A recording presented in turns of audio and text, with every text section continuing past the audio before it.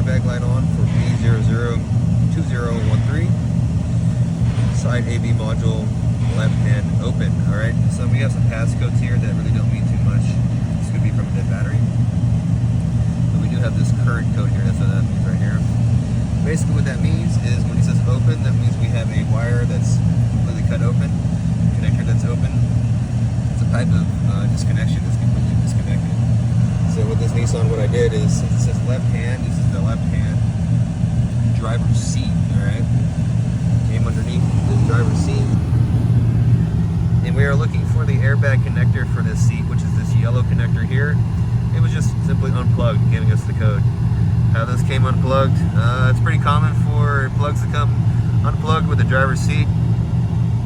Because the seat moves around, you kick it, you throw a lot of things underneath it.